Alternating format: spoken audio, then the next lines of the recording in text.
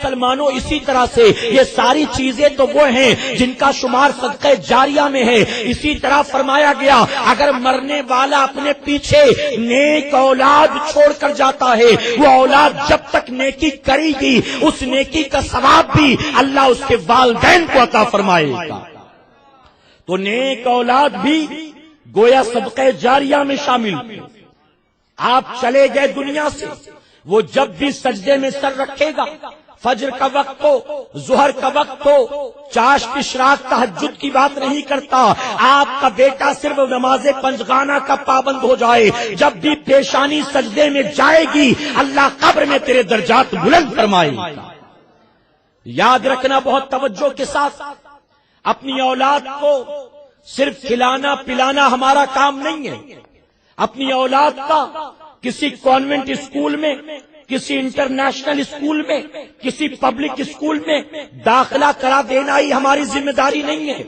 اپنی اولاد کو اپنا پیٹ کاٹ کر, اپنے شوق مار مار کر کسی اچھے کالج میں ڈونیشن بھر کر اس کا ایڈمیشن کرا دینا ہی کافی نہیں ہے. اپنی کالج جانے والی بیٹی کو مہنگا والا موبائل دلا دینا ہی ہماری ذمہ داری نہیں ہے. اپنے کالج جانے والے جوان بیٹے کو نئے 8-10 جوڑی جینس ٹی شرٹ دلا دینا ہی ہماری ذمہ داری نہیں ہے. صرف کلاسز میں بھیجنا, صرف کالج میں بھیجنا, صرف پڑھانا لکھانا اور دنیا دار بنانا یہی ہماری ذمہ داری نہیں ہے. بلکہ یاد رکھنا اگر چاہتے ہو کہ انتقال کے بعد ہماری اولاد ہمیں رلائے نہیں, ہمارے لیے صدقہ جاریہ بنے, ہماری بخشش کا سامان بنے, ہماری مغفرت کا سامان بنے, تو اپنی اولاد پر جتنا دنیا کے لیے محنت کرتے ہو اس کا کم سے کم 10% اپنی اولاد کو دین کی طرف لانے کے لیے بھی محنت کرو, دیندار بنانے کے لیے بھی جدوجہد کرو. اے سرکار مدینہ کے پیارے دیوانوں, نبی کریم صلی اللہ علیہ وسلم فرماتے ہیں وہ باپ کم نصیب ہے جو اس حال میں مرے کہ اس کی اولاد جاہل رہ جائے. وہ باپ کم نصیب ہے جو اس حال میں مرا کہ اس کی اولاد جاہل رہ گئی. اب آپ کہیں گے اولاد جاہل نہیں ہے, ہم نے اچھے کالج میں پڑھایا, اچھے کلاسز میں ایڈمیشن کروایا, ہم نے خوب پیسے خرچ کیے, ہم نے ڈپلوما بھی کروایا, ڈگری بھی کروائی, اچھی نوکری بھی دلوائی. میں کہتا ہوں کہ یقیناً اس کے باوجود بھی تیری اولاد جاہل ہے. اور جاہل کیوں ہے؟ اگر انتقال کے بعد نماز جنازہ کے لیے لوگ صف لگا کر کھڑے ہو اور اسی صف میں تیرا بیٹا بھی کھڑا ہو اور جسے نماز جنازہ کی دعا بھی نہ آتی ہو, بس یہ سوچتا ہو لوگوں کی دیکھا دیکھی میں بھی ہاتھ باندھ لوں گا, سلام پھیر دوں گا, ہاتھ دعا کے لیے اٹھا دوں گا, تو میں کہوں گا یقیناً تیری اولاد جاہل ہے. ہونا تو یہ چاہیے تھا پیچھے کھڑے ہو کر نماز نہیں پڑھنا تھا, اسے امامت کرنا تھا. فرمایا میرے آقا نے ماں باپ کے انتقال کے بعد اگر بیٹا نماز جنازہ پڑھا دے اللہ فوراً اس کے ماں باپ کی مغفرت فرما دیتا.